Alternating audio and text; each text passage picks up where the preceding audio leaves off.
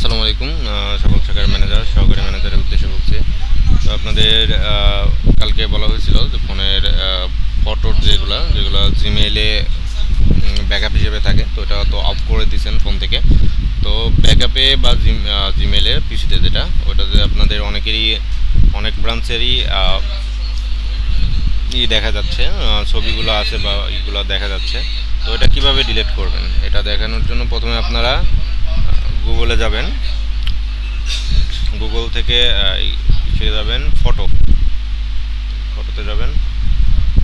দেখেন অনেক আছে, তো এটা প্রথমত ডেট ওয়াইজ সিলেক্ট করবেন। এই যে সিলেক্ট হলো,